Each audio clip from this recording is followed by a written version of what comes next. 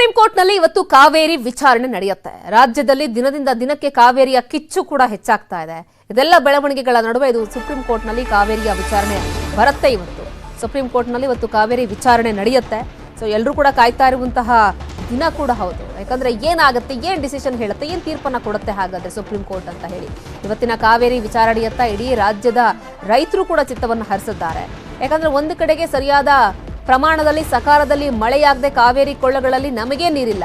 KRS ನೀರಿನ ಮಟ್ಟ 21 TMC. Kaveri ಕೊಳ್ಳ ವ್ಯಾಪ್ತಿಯ ಜನರಿಗೆ ಜಲಕ್ಷಾಮ ಎದುರಾಗಿದೆ.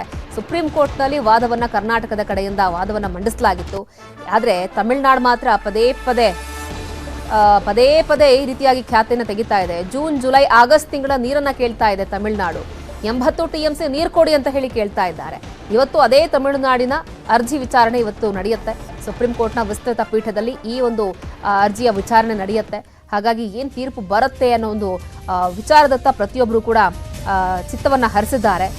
ತಮಿಳುನಾಡು ಮಾತ್ರ ಯಾವುದೇ ವಸ್ತುಸ್ಥಿತಿ ಹೆಂಗೆ ಇರಲಿ ತಮಗೆ ಬರಬೇಕಾಗಿರೋ ನೀರು ಬರಲಿ ಅನ್ನೋ ರೀತಿಯ ಒಂದು ರೀತಿ ಮೊಂಡುತನವನ್ನ ತಮಿಳುನಾಡು ಸರ್ಕಾರ ಪದೇ ಪದೇ ಮಾಡ್ತಲೇ ಬಂದಿದೆ. ಈಗ ನಮಗೇ ನೀರಿಲ್ಲ, ಮೊದಲು ಕುಡಿಯೋ ನೀರಿಗೆ ಆದ್ಯತೆಯನ್ನ ಕೊಡಬೇಕು. ಆದ್ರೆ ಇವರು ಕೊಟ್ಟಂತಹ ನೀರನ್ನ ಕೂಡ ಸದ್ಬಳಕೆಯನ್ನ ಮಾಡ್ಕೊಳ್ತಾ ಇಲ್ಲ. ಬನ್ನಿ, ಇದೆಲ್ಲ ವಿಚಾರಗಳಿಗೆ ಸಂಬಂಧಪಟ್ಟ ಹಾಗೆ ಮತ್ತಷ್ಟು ಮಾಹಿತಿಯನ್ನು ಕೊಡ್ತಾರೆ ನಮ್ಮ ಪ್ರತಿನಿಧಿ ಕೃಷ್ಣ ಜಾಯ್ನ್ ಆಗ್ತಾ ಇದ್ದಾರೆ. ಕೃಷ್ಣ, ಈಗ ಆಲ್ರೆಡಿ ಕಾವೇರಿ ಕೊಳ್ಳದಲ್ಲಿ ಸರಿಯಾದ ಪ್ರಮಾಣದಲ್ಲಿ ಸಕಾಲದಲ್ಲಿ ಮಳೆಯಾಗದೆ ಜಲಕ್ಷಾಮ ಎದುರಾಗುವಂತಹ ಪರಿಸ್ಥಿತಿ ಇದೆ. ಆದ್ರೂ ಕೂಡ ತಮಿಳುನಾಡು ಪದೇ ಪದೇ ಖ್ಯಾತಿಯನ್ನ ತೆಗಿತಲೇ ಇದೆ. ನೀವೇನಾದ್ರೂ ಮಾಡ್ಕೊಳ್ಳಿ, ನಮಗೆ ಬರ್ಬೇಕಾಗಿರೋ ನೀರು ಬಿಡಿ ಅಂತ. ಇವತ್ತು ಸುಪ್ರೀಂ ಕೋರ್ಟ್ನ ವಿಚಾರಣೆ ನಡೆಯುತ್ತೆ. ಬಹಳ ಕುತೂಹಲವನ್ನ ಮೂಡಿಸಿದೆ. ಏನಾಗಬಹುದು ಅಂತ ಅನ್ಸುತ್ತೆ? ಖಂಡಿತವಾಗ್ಲೂ ಶ್ರುತಿ, ಸಾಕಷ್ಟು ನಿರೀಕ್ಷೆ ಇರುವಂತದ್ದು, ಸಾಕಷ್ಟು ಕುತೂಹಲ ಇರುವಂತದ್ದು. ಯಾಕಂದ್ರೆ ಈಗಾಗಲೇ ಸುಪ್ರೀಂ ಕೋರ್ಟ್ನಲ್ಲಿ ಇವತ್ತು ಮಹತ್ವದ ಕಾವೇರಿ ನದಿ ನೀರು ಹಂಚಿಕೆ ವಿಚಾರಕ್ಕೆ ಸಂಬಂಧಪಟ್ಟಂತೆ ವಿಚಾರಣೆ ಕೂಡ ನಡೀತಿರುವಂತದ್ದು. BR ಗವಾಯಿ ಅವರ ನ್ಯಾಯಮೂರ್ತಿ BR ಗವಾಯಿ ನೇತೃತ್ವದ ತ್ರಿಸದಸ್ಯ ಪೀಠದಿಂದ ಇವತ್ತು ವಿಚಾರಣೆ ನಡೀತಿರುವಂತದ್ದು. ಈಗಾಗಲೇ ಸುಪ್ರೀಂ ಕೋರ್ಟ್ ಕೂಡ ಅರ್ಜಿಯನ್ನು ಹಾಕಿದೆ. ಮುಖ್ಯವಾಗಿ ಕರ್ನಾಟಕ ಸರ್ಕಾರ ಒಂದು ಸರಿಯಾಗಿ ಕಾವೇರಿ ನದಿ ನೀರನ್ನ ಹರಿಸ್ತಾ ಇಲ್ಲ ಅನ್ನುವಂಥದ್ದು. ಆ ಒಂದು ಅರ್ಜಿ ವಿಚಾರಣೆಗೆ ಸಂಬಂಧಪಟ್ಟಂತೆ ಇವತ್ತು ಸುಪ್ರೀಂ ಕೋರ್ಟ್ನಲ್ಲಿ ವಿಚಾರಣೆ ಕೂಡ ನಡೀತಿರುವಂತದ್ದು. ಈಗಾಗಲೇ ಕರ್ನಾಟಕ ಸರ್ಕಾರ ಕೂಡ ಒಂದು ರೀತಿ ಸರ್ಕಾರದ ಪರವಾಗಿ ಯಾವೆಲ್ಲ ವಾದವನ್ನ ಮಂಡಿಸಬೇಕು ಅದ್ರ ಬಗ್ಗೆ ಒಂದು ರೀತಿ ಸಮಗ್ರವಾಗಿ ವಾದವನ್ನ ಮಂಡಿಸೋದಕ್ಕೂ ಕೂಡ ಸಿದ್ಧತೆಯನ್ನು ಮಾಡಿಕೊಂಡಿದೆ. ಈಗಾಗಲೇ ನೀರಾವರಿ ಸಚಿವರಾಗಿರ್ತಕ್ಕಂಥ DK ಶಿವಕುಮಾರ್ ಅವರು ಕೂಡ ಕಾನೂನು ತಜ್ಞರ ಜೊತೆಗೆ ಸಮಾಲೋಚನೆಯನ್ನ ಮಾಡೋದ್ರ ಮುಖಾಂತರವಾಗಿ ಕರ್ನಾಟಕದ ರಾಜ್ಯದ ಪರಿಸ್ಥಿತಿ, ವಾಸ್ತವಾಂಶ ಪರಿಸ್ಥಿತಿ ಬಗ್ಗೆ ಒಂದು ರೀತಿ ಮನವರಿಕೆ ಮಾಡಿಕೊಡುವ ಒಂದು ಕೆಲಸವನ್ನ ಕಾನೂನು ತಜ್ಞರಿಗೆ ಮಾಡಿಕೊಂಡಿರುವಂತದ್ದು. ಮತ್ತೆ ಕರ್ನಾಟಕ ಸರ್ಕಾರ ಕೂಡ ಈಗಾಗಲೇ ಕಾವೇರಿ ಕೊಳ್ಳದಲ್ಲಿ 50% ಮಾತ್ರ ಈ ಸರಿ ಮಳೆ ಆಗಿರುವಂತದ್ದು. ಮತ್ತೆ ಕುಡಿಯುವ ನೀರಿಗೂ ಕೂಡ ದೊಡ್ಡ ಮಟ್ಟದ ಸಮಸ್ಯೆ ಉಂಟಾಗಿದೆ. ಇಂತಹ ಸಂದರ್ಭದಲ್ಲಿ ಏನು ತಮಿಳುನಾಡು ಸರ್ಕಾರ ಕೇಳ್ತಾ ಇದೆ, 21,000 ಕ್ಯೂಸೆಕ್ ನೀರನ್ನ ಬಿಡುಗಡೆ ಮಾಡಬೇಕು ಅನ್ನುವಂಥದ್ದು. ಯಾವುದೇ ಕಾರಣಕ್ಕೂ ಕೂಡ ಕೊಡೋದಕ್ಕೆ ಸಾಧ್ಯವಿಲ್ಲ.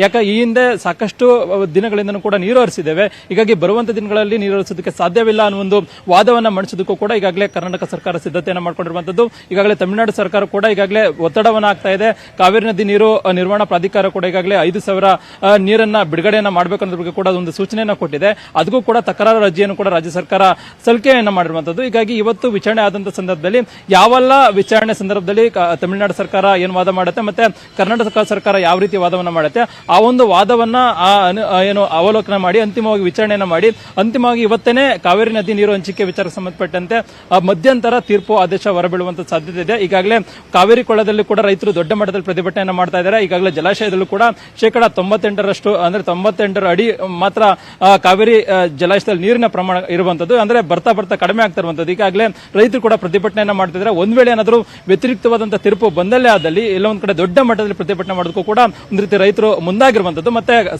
ಕಾಂಗ್ರೆಸ್ ಸರ್ಕಾರಕ್ಕೂ ಕೂಡ ಈ ಒಂದು ವಿಚಾರ ದೊಡ್ಡ ಸವಾಲಾಗಿರುವಂತದ್ದು. ಈ ಒಂದು ಸವಾಲಿಂದ ಒಂದು ರೀತಿ ಹೊರಗೆ ಬಂದ್ರೆ ಸಾಕು ಅನ್ನೋ ಒಂದು ನಿಟ್ಟಿನಲ್ಲಿ ಒಂದು ರೀತಿ ಮುಖ್ಯಮಂತ್ರಿಗಳು ಸಿದ್ದರಾಮಯ್ಯ ಆಗಿರ್ಬೋದು ಮತ್ತೆ DK ಶಿವಕುಮಾರ್ ಆಗಿರ್ಬೋದು ಒಂದು ರೀತಿ ಕಾನೂನು ತಜ್ಞರನ್ನು ಕೂಡ ಒಂದು ರೀತಿ ತಂಡವನ್ನು ಕೂಡ ಒಂದು ರೀತಿ ಸಜ್ಜುಗೊಳಿಸಿರುವಂತದ್ದು. ಈಗಾಗಲೇ ಸಾಕಷ್ಟು ಕುತೂಹಲ ಮೂಡಿಸಿದೆ. ಹೀಗಾಗಿ 10 ಗಂಟೆ ನಂತರವಾಗಿ ಅಂದ್ರೆ 11 ಗಂಟೆ ನಂತರವಾಗಿ ಈ ಒಂದು ಸುಪ್ರೀಂ ಕೋರ್ಟ್ ನಲ್ಲಿ ವಿಚಾರಣೆ ಆಗುತ್ತೆ. ವಿಚಾರಣೆಯಲ್ಲಿ ಯಾವೆಲ್ಲ ವಿಚಾರಗಳು ಚರ್ಚೆಗೆ ಬರುತ್ತೆ ಮತ್ತೆ ಮುಖ್ಯವಾಗಿ ಯಾವೆಲ್ಲ ತೀರ್ಪು ಬರುತ್ತೆ ಅನ್ನುವಂಥದ್ದು ಕೂಡ ಈಗ ಸಾಕಷ್ಟು ಕುತೂಹಲ ಮೂಡಿಸಿರುವಂತದ್ದು. ಓಕೆ ಕೃಷ್ಣ, ಥ್ಯಾಂಕ್ ಯು ತಮ್ಮ ಕ್ಷಣದ ಅಪ್ಡೇಟ್ಸ್ಗೆ. ಇನ್ನು ಮಂಡ್ಯದಲ್ಲಿ ಮುಂದುವರೆದಿದೆ ಕಾವೇರಿಯ ಹೋರಾಟ. ಬೆಳ್ಳಂಬೆಳಗ್ಗೆ ಕಸ್ತೂರಿ ಕರ್ನಾಟಕ ಜನಪರ ವೇದಿಕೆಯಿಂದ ಮಂಡ್ಯದ ಸಂಜಯ್ ವೃತ್ತದಲ್ಲಿ ಪ್ರತಿಭಟನೆ ನಡೀತಾ ಇದೆ. ಉರುಳು ಸೇವೆ ಮಾಡೋ ಮೂಲಕ ಸರ್ಕಾರಕ್ಕೆ ಚಾಟಿ ಬೀಸುವಂತಹ ಕೆಲಸವನ್ನ ಮಾಡ್ತಾ ಇದ್ದಾರೆ. ಸುಮಾರು 50ಕ್ಕೂ ಹೆಚ್ಚು ಹೋರಾಟಗಾರರು ಉರುಳು ಸೇವೆಯನ್ನ ಮಾಡ್ತಾ ಇದ್ದಾರೆ. ಸರ್ಕಾರದ ವಿರುದ್ಧ ಹೆದ್ದಾರಿಯಲ್ಲಿ ಉರುಳು ಸೇವೆಯನ್ನ ಮಾಡಿದ್ದಾರೆ ಹೋರಾಟಗಾರರು. ತಮಿಳುನಾಡಿಗೆ ಕಾವೇರಿ ನೀರನ್ನ ಬಿಡ್ತಾ ಇರೋದನ್ನ ಖಂಡಿಸಿ ಈ ಹೋರಾಟಗಳು ನಡೀತಾ ಇದೆ. ದಿನದಿಂದ ದಿನಕ್ಕೆ ಹೋರಾಟದ ರೂಪುರೇಷೆಗಳು ಕೂಡ ಬದಲಾಗ್ತಾ ಇದೆ. ಬೇರೆ ಬೇರೆ ರೀತಿಯಾಗಿ ಸರ್ಕಾರದ ಗಮನವನ್ನು ಸೆಳೆಯುವಂತಹ ಕೆಲಸವನ್ನ ಹೋರಾಟಗಾರರು ಮಾಡ್ತಾ ಇದ್ದಾರೆ, ರೈತರು ಮಾಡ್ತಾ ಇದ್ದಾರೆ. ಇದೀಗ ವಿಭಿನ್ನವಾಗಿ ಉರುಳು ಸೇವೆಯನ್ನ ಮಾಡೋದ್ರ ಮುಖಾಂತರ ತಮಿಳುನಾಡಿಗೆ ನೀರನ್ನ ಬಿಡಬಾರದು ಅಂತ ಹೇಳಿ ಹಕ್ಕೊತ್ತಾಯವನ್ನ ಮಾಡ್ತಾ ಇರುವ ಉರುಳು ಸೇವೆಯನ್ನ ಮಾಡ್ತಿದ್ದಾರೆ. ಕನ್ನಡದ ಜನರಿಗೆ ಅನ್ಯಾಯವಾಗದೆ ಕನ್ನಡದ ನೆಲದ ಭಾಷೆಗೆ ರಕ್ತ ಕ್ರಾಂತಿ ಮಾಡುವೆವು. ಮಳೆ ಇಲ್ಲದೆ ಕೆಆರ್ಎಸ್ ಡ್ಯಾಂಗೆ ನೀರಿಲ್ಲ. ಬೆಂಗಳೂರಿಗೆ ಕಾವೇರಿ ನೀರಿನ ಬಿಸಿ ತಡ್ತಾ ಇದೆ. ಕಾವೇರಿ ನೀರಾವರಿ ನಿಗಮಕ್ಕೆ ಜಲಮಂಡಳಿ ಕಡೆಯಿಂದ ಪತ್ರದ ಮೇಲೆ ಪತ್ರಗಳು ಹೋಗ್ತಾ ಇದೆ. ಒಂದು ಕಡೆಗೆ ಮಳೆ ಇಲ್ಲ, ಕೆಆರ್ಎಸ್ನಲ್ಲಿ ನೀರೇ ಇಲ್ಲ, ಬರಿದಾಗ್ತಾ ಇದೆ ಕಾವೇರಿಯ ಒಡಲು. ಹಾಗಾಗಿ ಕಾವೇರಿ ನೀರಿನ ಕೊರತೆ ನೇರವಾಗಿ ತಟ್ಟೋದು ಬೆಂಗಳೂರಿನ ಜನರಿಗೆ. ಈಗ ಕಾವೇರಿ ನೀರಾವರಿ ನಿಗಮಕ್ಕೆ ಜಲಮಂಡಳಿ ಬಿಡಬ್ಲ್ಯೂಎಸ್ಎಸ್ಪಿ ಕಡೆಯಿಂದ ಪತ್ರವನ್ನ ಬರೆಯಲಾಗ್ತಾ ಇದೆ. ಆದರೆ ಬೆಂಗಳೂರು ಜನಕ್ಕೆ ಕುಡಿಯುವ ನೀರನ್ನ ಉಳಿಸ್ಕೊಡಿ ಅಂತ ಹೇಳಿ ಮನವಿಯನ್ನ ಮಾಡಲಾಗ್ತಾ ಇದೆ. ಮಿತ ಪ್ರಮಾಣದಲ್ಲಿ ಬಳಸಿ ಅಂತ. ಪ್ರತಿ ತಿಂಗಳು ಬೆಂಗಳೂರಿಗೆ 1.6 ಟಿಎಂಸಿ ನೀರು ಬೇಕಾಗುತ್ತೆ. ಕೆಆರ್ಎಸ್ ಡ್ಯಾಂನಲ್ಲಿ ಸದ್ಯಕ್ಕಿರೋದು 21.734 ಟಿಎಂಸಿ ಅಷ್ಟೇ. ಪ್ರತಿ ತಿಂಗಳಿಗೆ 1.6 ಟಿಎಂಸಿ ಬೇಕು ಅಂತ ಹೇಳಿದ್ರೆ 7 ತಿಂಗಳಲ್ಲಿ ಇರೋ ಬರೋ ನೀರೆಲ್ಲ ಕೂಡ ಖಾಲಿ ಆಗ್ಬಿಟ್ರೆ ಮುಂದಿನ ದಿನಗಳಲ್ಲಿ ಏನು ಅನ್ನೋದೊಂದು ಪ್ರಶ್ನೆ ಇದೆ. ಬೆಂಗಳೂರಿಗೆ 15ರಿಂದ 18 ಟಿಎಂಸಿ ನೀರು ಬೇಕಾಗುತ್ತೆ. ಆದರೆ ಸೆಪ್ಟೆಂಬರ್ನಲ್ಲಿ ಏನಾದರೂ ಅಂದ್ರೆ ಈ ತಿಂಗಳಲ್ಲಿ ಏನಾದರೂ ಮಳೆ ಬರದೇ ಇದ್ರೆ ನೀರು ಮುಂದಿನ ದಿನಗಳಲ್ಲಿ ಹಾಹಾಕಾರ ಎದುರಾಗೋದು ಯಾವುದೇ ರೀತಿಯಾದಂತಹ ಅನುಮಾನ ಇಲ್ಲ. ಈ ಹಿಂದೆ 2012ರಲ್ಲೂ ಕೂಡ ಭೀಕರ ಜಲಕ್ಷಾಮ ಎದುರಾಗುತ್ತೆ. ಇದಾದ ಬಳಿಕ 2015ರಲ್ಲೂ ಕೂಡ ಕೆಆರ್ಎಸ್ ಡ್ಯಾಂ ಖಾಲಿಯಾಗಿ ಹೇಮಾವತಿ ಜಲಾಶಯದಿಂದ ನೀರನ್ನು ಪೂರೈಕೆ ಮಾಡಲಾಗಿತ್ತು. ಇಲ್ಲಿಯವರೆಗೆ 3 ಬಾರಿ ಜಲಮಂಡಳಿ ಪತ್ರ ಬರೆದಿದೆ.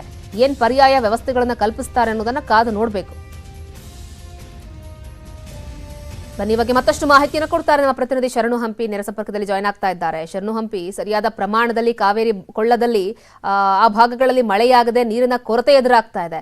ಇದರ ನೇರ ಬಿಸಿ ತಟ್ಟೋದು ಬೆಂಗಳೂರಿನ ಕುಡಿಯೋ ನೀರಿಗೆ ವಿಚಾರಕ್ಕೆ ಸಂಬಂಧಪಟ್ಟ ಹಾಗೆ ಯಾವ ಪರಿಸ್ಥಿತಿ ಇದೆ ಸದ್ಯದ ಮಟ್ಟಿಗೆ? ಪ್ರತಿನಿತ್ಯ ಬೆಂಗಳೂರಿಗೆ ಬೇಕಾಗಿರುವಂತಹ ನೀರೆಷ್ಟು? ಸೊ ಏನ್ ಲೆಕ್ಕಾಚಾರಗಳಿದೆ? ಜಲಮಂಡಳಿ ನಿರ್ಧಾರ ಏನೇ ಸಂದರ್ಭದಲ್ಲಿ ಅಂತ? ಶ್ರುತಿ, ಜಲಮಂಡಳಿ ಮತ್ತೊಂದು ಪತ್ರವನ್ನ ಕಾವೇರಿ ನೀರಾವರಿ ನಿಗಮಕ್ಕೆ ಮತ್ತೊಂದು ಪತ್ರವನ್ನ ಬರೆದಿದೆ. ಈ ಮೂಲಕ ಇಲ್ಲಿವರೆಗೆ 3 ಪತ್ರಗಳನ್ನ ಬರೆದಿರೋದು ಬೆಂಗಳೂರಿಗರಿಗೆ. ಅದರಲ್ಲೂ ಕೂಡ ಎಸ್ಪೆಷಲಿ ಕುಡಿಯೋ ನೀರಿಗಾಗಿ ಪ್ರತಿದಿನ 1450 MLD ನೀರ್ ಬೇಕಾಗತ್ತೆ. ಈ ರೀತಿಯಾಗಿ ನಿಮಗೆ ಒಂದು ತಿಂಗಳಿಗೆ 1 TMC 1.6 ಅಂದ್ರೆ 1.5 TMC ಅಷ್ಟು ನೀರ್ ಬೇಕಾಗತ್ತೆ. ಈ ರೀತಿ 6 ತಿಂಗಳು ನಮಗೆ ನೀರಿನ ಸಂಗ್ರಹ ಬೇಕಾಗಿದೆ. ಅದನ್ನ ಸಂಗ್ರಹ ಮಾಡಿ ಅಂತ ಹೇಳಿ ಜಲಮಂಡಳಿ ಕಾವೇರಿ ನೀರಾವರಿ ನಿಗಮಕ್ಕೆ ಮತ್ತೊಂದು ಪತ್ರವನ್ನ ಬರೆದಿರೋದು. ಈ ಹಿಂದೆ 2 ಪತ್ರವನ್ನ ಬರೆದಾಗ ಕಾವೇರಿ ಕೊಳ್ಳದಲ್ಲಿ ನೀರಿನ ಅಭಾವ ಅಂದ್ರೆ ಬಹಳ ತುಷ್ಟಿ ಆಗಿತ್ತು, ಕಡಿಮೆ ಆಗಿತ್ತು. ಯಾಕಂದ್ರೆ ಮಳೆನೇ ಆಗದೆ ನೀರಿನ ಸಂಗ್ರಹ ಬಹಳ ಕಡಿಮೆ ಆಗಿತ್ತು. ಆಗ ಪತ್ರ ಬರೆದಂತ ಸಂದರ್ಭನೂ ಕೂಡ ವಿಭಿನ್ನ ಆಗಿತ್ತು. ಆದ್ರೆ ಈಗ ಸದ್ಯಕ್ಕಿರೋದು 22 TMC ನೀರಿದೆ ಕೆಆರ್ಎಸ್ ನಲ್ಲಿ. ಈಗಿರುವಂತ TMC ನೀರಲ್ಲೂ ಕೂಡ ತಮಿಳುನಾಡಿಗೆ ಪ್ರತಿನಿತ್ಯ 5,000 ಕ್ಯೂಸೆಕ್ಸ್ ನೀರನ್ನ ಬಿಡುಗಡೆ ಮಾಡ್ತಾ ಇದ್ದಾರೆ. ಈ ರೀತಿಯಾಗಿ 11 ದಿನ ಬಿಡುಗಡೆ ಮಾಡಿದ್ರೆ ಒಟ್ಟು 5 TMC ವರೆಗೂ ನೀರು ಹೋಗುತ್ತೆ. ಈ ರೀತಿ ಆದ್ರೆ ನಮಗೆ ತೊಂದರೆ ಆಗತ್ತೆ. ಮೊದಲು ಆದ್ಯತೆ ಅನುಸಾರವಾಗಿ ಮೂಲಭೂತ ಹಕ್ಕಾಗತ್ತೆ ಕುಡಿಯೋ ನೀರು. ಅದರ ಹಿನ್ನೆಲೆಯಲ್ಲಿ ನಮಗೆ ನೀರು ಸಂಗ್ರಹವನ್ನ ಮಾಡಿ, ಯಾಕಂದ್ರೆ ಇಲ್ಲದೆ ಇದ್ರೆ ಬೆಂಗಳೂರು, ಮೈಸೂರು ಮತ್ತು ಮಂಡ್ಯ ಭಾಗದ ಜನರಿಗೂ ಕೂಡ ಸಾಕಷ್ಟು ತೊಂದರೆ ಆಗತ್ತೆ. ಈ ಹಿನ್ನೆಲೆಯಲ್ಲಿ ಜಲಮಂಡಳಿ 3ನೇ ಬಾರಿ ಪತ್ರವನ್ನ ಬರೆದಿರೋದು. ಈ ಮೂಲಕ ರಾಜ್ಯ ಸರ್ಕಾರಕ್ಕೆ ಮತ್ತೊಮ್ಮೆ ಇದ್ರ ಬಗ್ಗೆ ಒತ್ತಡವನ್ನ ಹೇರ್ಬೇಕು ಅಂತಾನು ಕೂಡ ಜಲಮಂಡಳಿ ಅಧಿಕಾರಿಗಳಿಗೆ, ಮುಖ್ಯಮಂತ್ರಿಗಳಿಗೆ ಮತ್ತು DCM ಅವರಿಗೆ ಮನವಿಯನ್ನು ಕೂಡ ಮಾಡ್ಲಿಕ್ಕೆ ಮುಂದಾಗ್ತಾ ಇದ್ದಾರೆ. ನಿಮಗೆ ಬೆಂಗಳೂರಿಗೆ 1 ವರ್ಷಕ್ಕೆ ಬೇಕಾಗೋದು 19 TMC ನೀರಷ್ಟು ಬೇಕಾಗತ್ತೆ. ಈಗ ಸದ್ಯ ಇರುವಂತ ಸಂಗ್ರಹ ನೋಡ್ತಾ ಹೋದ್ರೆ ಬಹಳಷ್ಟು ತೊಂದರೆ ಆಗತ್ತೆ. ಈಗಾಗ್ಲೇ ವಾರದಲ್ಲಿ 3 ದಿನಕ್ಕೆ ಒಂದ್ಸರಿ ನೀರನ್ನ ಬಿಡ್ತಾ ಇದ್ದಾರೆ. ಇದೇ ರೀತಿಯಾದಂತಹ ಸಿಚುವೇಶನ್ ಮುಂದುವರೆದ್ರೆ ಜಲಕಂಟಕ ಅಂತೂ ತಪ್ಪಿದ್ದಲ್ಲ. ಬರೀ ಪತ್ರ ಬರೆದ್ರೆ ಮಾತ್ರ ನಿಜವಾಗ್ಲೂ ಕೂಡ ಇದಕ್ಕೆ ಪರಿಹಾರ ಸಿಗೋದಿಲ್ಲ. ಈ ಬಗ್ಗೆ ರಾಜ್ಯ ಸರ್ಕಾರನು ಕೂಡ ಸಾಕಷ್ಟು ರೀತಿಯಾದಂತಹ ಒತ್ತಡ ತಂತ್ರವನ್ನ ಕೇಂದ್ರದ ಮೇಲೆ ತರಬೇಕಾದಂತ ಅನಿವಾರ್ಯತೆ ಸೃಷ್ಟಿಯಾಗಿದೆ. Okay Sharan Hampi, thank you ತಮ್ಮ ಈ ಕ್ಷಣದ ಅಪ್ಡೇಟ್ಸ್ಗೆ. ಇನ್ನಷ್ಟು ಸುದ್ದಿಗಳತ್ತ ಗಮನ ಹರಿಸ್ತಾ ಹೋಗೋಣ ಒಂದು ಬ್ರೇಕ್ ಆದ್ಮೇಲೆ.